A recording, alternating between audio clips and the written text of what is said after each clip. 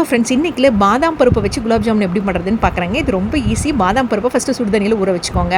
அதுக்கப்புறம் வந்து பார்த்திங்கன்னா மாவு ரெடி பண்ணணும். மாவு ரெடி பண்ணுறதுக்கு பார்த்திங்கன்னா நான் வந்து காய்ச்சி ஆற வச்ச 1/4 டம்ளர் பால் எடுத்திருக்கேங்க.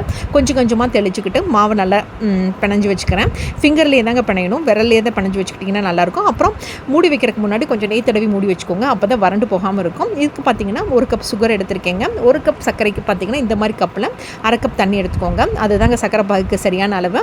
அதுக்கப்புறம் பார்த்திங்கன்னா தண்ணியோட சர்க்கரை நல்லா கரைஞ்சதுக்கப்புறம் பார்த்திங்கன்னா ஒரு 7 குங்குமப்பூ ஆட் பண்ணியிருக்கேங்க. அதுக்கப்புறம் குங்குமப்பூ போட்டதுக்கப்புறம் அடுப்பு ஆஃப் பண்ணிவிட்டு 1/4 டேபிள் ஸ்பூன் வந்து வெனிலா எசன்ஸ் ஆட் பண்ணியிருக்கேன். இதுக்கு பார்த்தீங்கன்னா நான் எப்படி பண்ணுறேன்னு காட்டுறேன் பாருங்களேன். இதுக்கு நம்ம கொழுக்கட்டைக்கெல்லாம் பண்ணுவோம்ல, அதே மாதிரி தாங்க. நல்லா நம்ம ஃபிங்கரில் நெய் தடவிட்டு பாதாம் பருப்பை தின்னாக ஸ்லைஸை கட் பண்ணி வச்சுக்கோங்க. இந்த மாதிரி நடுவில் வச்சுட்டு இது நல்லா திரும்ப உருண்டை பண்ணி வச்சுக்கோங்க. உள்ளே வச்சு நல்லா மூடி வச்சதுக்கப்புறமா திரும்ப நல்லா உருண்டை பண்ணிக்கோங்க. இதில் எதுவும் விரிசல் இல்லாமல் பார்த்துக்கோங்க. விரிசல் இல்லாமல் இருந்தால் தான் குலாப் ஜாமுனோட ஷேப் நல்லா வரும். உருண்டையான ஷேப் வந்தது தாங்க பசங்களுக்குலாம் ரொம்ப பிடிக்கும் இல்லைங்களா? அதனால தான் இப்படி பண்ணி பாருங்களேன். ட்ரை ஃப்ரூட் சாப்பிடாதவங்க கூட சாப்பிடுவாங்க. இதில் நீங்கள் கேஷ்யூ நட்டு, முந்திரி பருப்போ, பாதாம் பருப்போ, பிஸ்தா பருப்போ இது கூட வச்சு பண்ணலாம். இல்லைன்னா எல்லாத்தையும் சேர்த்து கொஞ்சம் கொஞ்சமாக தின்னாக ஸ்லைஸ் பண்ணி கூட பண்ணலாம். இல்லை பொடி பொடியாக கட் பண்ணி கூட பண்ணலாம். இந்த மாதிரி பண்ணி பாருங்களேன். குட்டி சாப்பிடாதவங்க கூட குலாப் ஜாமுன் நினச்சி சாப்பிடுவாங்க. உள்ளே இருக்கிறதே தெரியாது, நம்ம சொன்னால் தான் தெரியும்.